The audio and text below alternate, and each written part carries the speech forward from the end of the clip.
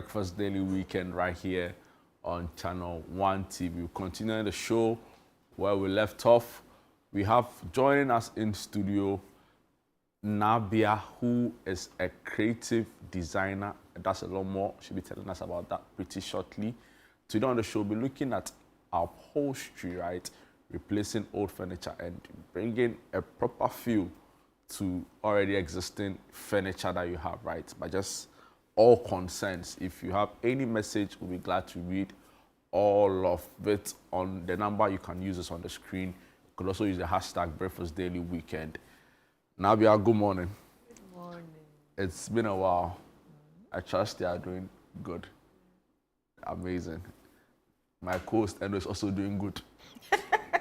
Eno is also doing good. As for Eno, I'm fighting with her. Oh, really? Hey. I've seen her shoes, so she won't give me cake. So now I want the shoes. He said she won't give me the shoes. So right now, so if you don't sign bond of 1844, I won't talk about upholstery. Yeah, sorry. We apologize on behalf of me. I really thought you were going to exhibit at This Is Ghana.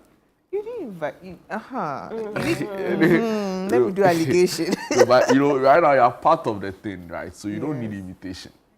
Okay, now I am embarrassed. I'm very sorry. What's the excuse? I don't have one. Amazing. Today, it was fantastic. You know, it was amazing, absolutely breathtaking, especially for new and the much younger businesses. So there's this lady who was a lawyer, and I forgot what she's even into, but there was a photo we posted that was retweeted by the Minister for Tourism who visited a stand, you know, and she went to quote the thing. Okay, yeah, she's into skincare. Okay. Charlie, the tweet had like 3,000 likes. And that's amazing for a small business. I'm telling you. That's amazing. You know, and a lot of the comments, oh, I didn't know you were into this. Oh, and these were like some of the people she wasn't even in law school with. So, can you imagine? Yeah. So she's not doing her work well. But there's only so much you can do. People that go to school and especially have a business, especially if it's a side job. Yes. You know, she's a lawyer, she goes to court. So the small time she gets, she's doing this. And maybe it's just family and friends, a few circles. Yes. It's like, oh, let me just give it a shot. And the tweet had, I think, over 164,000 views. She said she's adding it to her collection. You know, so for her, that's a major takeoff. Yeah. You know, so and I smelled it. Was amazing. It was amazing. Oh, you know the lady I was referring to? I was at the bottom. Yeah. Her packaging was in some yellow something. I know. The funny thing is that I was there, but I didn't even see her. I didn't see her. When I went out to look for her, I couldn't find her. So yeah, it was amazing. When I saw Vista pieces. She uses concrete to make. Yes. Yeah. I saw her. I was looking for her. I saw her, and I just saw her in the videos that we played. Man, I couldn't find her. And I was like, oh wow, this is correct, like home furnishing. So you can do something with her. Collaboration. Let me tell you the truth. I've taken her number. She's called Faith. I know her. Faith. Ametogo. Yeah. The husband is a very good friend of mine. In fact, I visited her stand. Oh, you did it? You didn't take me. I couldn't find it. She was towards the end like that. Oh, okay. You know, I visited her stand. Her husband was there. We had a long conversation. You know, Maximus, he'd be a major guy. This one that you're smiling. What did you get for free? They had a fair. Oh, you see, I pay for the things. So. Are you sure? Yeah. That's the funny thing. It was somebody wanted to give me tiger nut. It was on tiger nut juice. Say, oh, it's tiger nut. It's good for me. I said, hey, you can keep it. Good for you. In what sense? It was really, really nice. In what sense? It was like, oh, you can keep it. I said, no, tiger nut, I have to pay myself because, so I paid. Because I also want to support local businesses. Yeah, of course. So that was the whole idea. It's commendable that City is doing this, or ChannelOne/City is doing this, because, I mean, I can speak on behalf of all small businesses. When we post our flyers and stuff online, sometimes we get discouraged because we only get 1 like, 2 shares. Nobody say anything. But to have a platform to have a home minister, I can imagine her joy. I'm sure she's still excited because it's a big thing. So I'll say thank you on behalf of everyone. And I know how it feels. You prepare your flyer, you post it, and only one person will share. So can be discouraging, right? It is. It is. We're talking upholstery today. Yes. What is upholstery? It sounds such a big word. I know, very dramatic word. So upholstery in everyday language is the final covering of any seat that we sit on.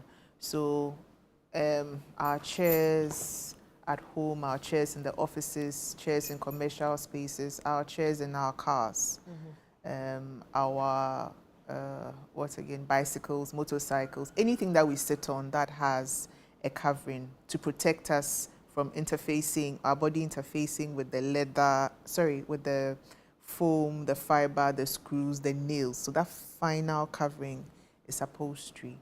If I may continue, there are 3 types of upholstery now. What we all grew up around is the first 2 of leather and fabric. But now there's performance fabric.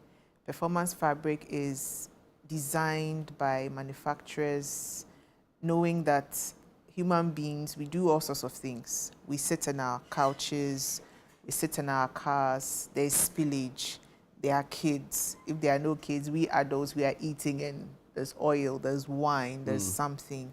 So the performance fabrics have been designed so that when there's a spill, when you wipe off, that's it. If you put your feet in and there's dirt, that's it.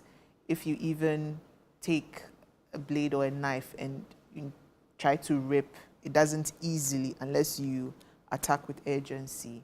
So now for upholstery, as far as it's all concerned, there are 3 types. There's the leather, then the fabric, then the performance fabric. I'm saying performance fabric doesn't come cheap. It's the most it's the most expensive for both in cars and our everyday spaces. Yes, that is like the premium now, and they are even. We can break the performance fabrics down. Now there's even there's an ordinary one of, if you cut, it won't cut. If you spill, you won't spill. But there are some which even have sensors in now, yes, of heat when it's cold. You just button then. So that's a smart. Yes. Smart upholstery. Yes, there's some which does the massaging as well. Yeah, I've sat in an Uber car where the seat, could massage you if you wanted or requested one. Yeah. It was quite interesting. There's a craze for leather finishings, right? Be it homes, be it offices. It's worse when it comes to vehicles because they actually sell cars and say leather seats, and it's supposed to be an added advantage. See, I bought a car, it was fabric seats. It's like, you can upgrade to leather. And I was interested in, why is it such a big deal? Right? They talk about it's the cleaning bit of it, much easy to do. They say it absorbs. I think the only disadvantage was that the heat, thing. But why is leather such a big deal when it comes to upholstery? It's a status thing. That's just what it is. It's a status thing.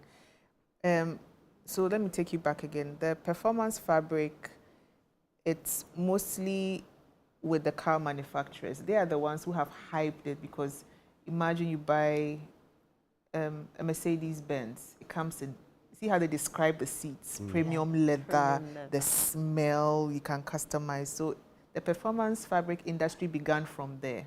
Then we pushed it into our homes. But leather is more of status, and it's not a current thing over the years. It was status largely because animals, when they kill them, the skin, the hide, is turned into or preserved into, or how do you say? Wele. Yes. Oh, no, wele. And I'll beat you. Like proper leather. So it began from, there was only an echelon, a particular group of people who had leather seats in their homes, and in those times, the kind of cars they had. So that status has grown from that time till now. So it's like the more softer, the more supple, the more performance enhanced it can be, then the more you've reached a status thing. So leather is more of status. It tells a story before, fabric could come and do its thing. Yeah, but there are fabrics which are equally as expensive as leather. Why would anyone want to do upholstery? If there's wood and a nice, comfortable pillow in the chair. Shouldn't that be enough for me? Well, upholstery in its sense also is to preserve the inner bits of the seat. That's also another fundamental, that's the main use of it. Before we talk about how flashy, how nice, it's supposed to protect it or bring it together. Unless you're doing a pure wooden seat where you want to see all your wood or all your grain and all of that. But even if you put a pillow in, you still want to cover that pillow because you want to preserve the foam. You want to preserve the fiber. So upholstery in its sense is just to cover whatever that you are going to be seated on and organize, because you can't sit on the foam just like that. You make it dirty. The way foam is, no matter what you do, if you sit on it just like that, it becomes dirty, it loses shape, you know. But if you put the foam, you put the fiber on it, the fabric of leather or of upholstery fabric or performance just organizes the foam together. So that's the main reason why you can't run away from it. And you were mentioning that it enhances the look and feel of certain spaces that you put in. And is it only chairs that we can do upholstery? What about tables? No, now we do ottomans. That's like tables. We do tables. We do beds. Now people like fully upholstered beds. Now, it's a whole thing now. I see. Headboards, for instance. If you don't want to you want a headboard, you can't. People like the wood, but imagine you have a tufted headboard so that when you sit up to read or whatever activity, it supports you. So they are fully upholstered beds, they are fully upholstered tables now. Sometimes TV units, display units. Some people are daring enough to want leather. Or people. It's like if you have the money. If you have the money, you can do whatever and whatever you want. You can do whatever you want to do. Interesting. Yeah. But one thing that I would like to add is that people shouldn't DIY when they have upholstery tears. Really? Why not? You see, there's a lot of sewing that goes into the upholstery, right? There are videos online on YouTube where you see that when there's a tear, then somebody just pulls, then they do the stapling and all of that. Yeah. Yes, that's what people see and go like, oh, I can just pull and tag and staple. But what you forget is, or what you don't know, rather, is that the person who has done that has seen, before the person tagged, has seen that if I tag, all the other edges will fall in place. Maybe for your tear, if you tag and you staple, the other side would rip, right? So if you are not somebody with a technical eye or somebody who knows how to sew, when you have a rip, kindly go and look for an upholster or look for a company that sews and go to them and talk to them that you have this rip. They should invite their upholster to come and see, and they will give you first aid of what it is you should do and what you shouldn't do. I have been to homes that people have tried to just staple and didn't work. The fabric rather tore apart. So please, don't do that. So are there specific tools, I mean, talking about not doing it yourself, are there specific tools or are there specific things that people can DIY themselves, or just don't attempt it if you don't know? Don't attempt it if you don't know. Just don't attempt it if you don't know, because even the stapling gun that we upholsters use, it's not the stapling machine that you use in your office. That it's a different thing altogether. The kind of pins that we use to hold the fabric in place, it's not like the normal bob pins that you see like for office stationery, you know. So this one, don't DIY. I'll not even try to, no, just don't DIY. How easy or difficult is it to clean upholstery? I mean, you mentioned 3 different, you know, how easy is it to maintain them, clean them, make sure that they're looking nice? Okay, so very good question. Let's start with leather. Leather is by far one of the easiest when it comes to cleaning. Just that leather is like a girlfriend. You need to maintain it. So the polishing, anytime I come here and talk about like polish, a boyfriend. Or like a boyfriend, you need to because you still need to maintain it. No. Hey, Jude, how do you? You don't. You don't You still need to maintain. The thing about leather is, as you are polishing, as you are treating it, when it comes to the maintenance, it's very easy. Because if you don't polish, when it begins to tear and shed, it really rips because it hasn't had a lot of oil, a lot of all that. So once it begins to tear, then it's really tearing. But if you're polishing regularly, as you are using it and you are cleaning, it doesn't really affect the texture of the leather. So I always say leather is one of the easiest, but you still have to do your polishing in between to keep it in that frame. For fabric, you also, fabric, there are types. Okay. The most basic one, which is easy to clean, is cotton. So you see that most upholsterers, proper upholsterers, will tell you that when you are buying chairs, opt for cotton, because the kind of products on the market that easily remove stains are the ones which are of cotton-based ingredients. So those ones you can just walk into a mart or a shop and you see that anti-stain remover. When you look at the back of the can, they'll tell you for cotton, for linen. So anytime you're buying a seat, automatically look for cotton threads in whatever color it is that you're looking for. Those are very easy. For the high-end ones of the velvet and the boucle, those ones to have their own things you can use to clean. But just that those ones, you have to more or less have brushes available all the time around you, to make sure that because they trap dust much faster. So you can't say, oh, I have a nice velvet stain, you don't have a soft brush sitting somewhere. You've wasted your time. By 6 months, you see that the fabric is misbehaving because there's dust, and when you sit in, you see there's sand rubbing against your skin. So always have the brush. And also, the thing is, once you spill, don't sit in the spill. Just rush and look for a soft t-shirt and blot. Okay. Yes. As for that, we can't do without it. Yes. So once somebody spills, before you yell at the person, before you yell at yourself, you rush and do your clean first and yell later. If it's of stains of blood, stains of wine, then you can get professionals in. There are so many small businesses now that are doing these kind of things. There are so many wash and go agencies now which are offering upholstery cleaning. They do of cars and they do of homes. Yes, so at least small businesses, please call them.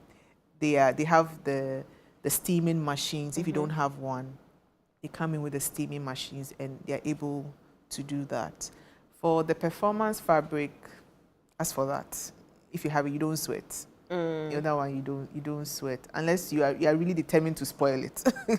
But the stain doesn't even seep through the fabric. It's sitting on top of the fabric, leather or cotton or what. It's just sitting there. So you just have to do your wiping and so that's the first aid of it. Interesting. Amma, thank you so much. I've learned a lot. If you have the money, I think the third option, especially if you don't like cleaning, the third option is for you. So you spend more. Yes. So let me give you like a price range to make you shout before I go. Okay. So normal leather, you're looking at say 30,000 a seat. All right. Okay. Then fabric, you are looking at 25, 30. But performance fabric, you're looking at 70,000 Ghana cedis. That's all I'll say. Wow. Wait, is this for like a set? A set of 3, 2, 1, 1. 3-seater, 2-seater, 1, 1. Yes. Over to you, Jude. All I say, but to say that's expensive. Yes. And it's very expensive for something that also costs to maintain. you know, and I'm hoping that maybe another time we can discuss furnishing around the floor, you know, and even like in other spaces, because I see that now there's a move away from hardcore tiling to the use of wood. Yes. And there's also is this ceramic? There's this other thing they use in very Something that modern. looks like wood as well, Yeah. but it isn't actually wood. I've seen them hammering. And things that's in also place. upholstery, right? Yes. So maybe we can look at all of those and more in other, you know, or subsequent editions of the show. But thank you so much for your Amma, time. thank you. It's always a pleasure. You know, where can we find you? Okay, so if it's online, LinkedIn, Facebook, Instagram, Naabia, bastinets and more. If you want to see me personally and bring me cake, which I will take, you find me in Ayi Mensa. Oh, okay. Yes, Ayi Mensa behind the Danfa Junior High School. I know that very well. Very, very well. That's where I am. All right. That's all time will allow us for yet another exciting conversation around improving your home and your personal spaces. Naabia, who runs Bassinets and more, taking us through that conversation on upholstery.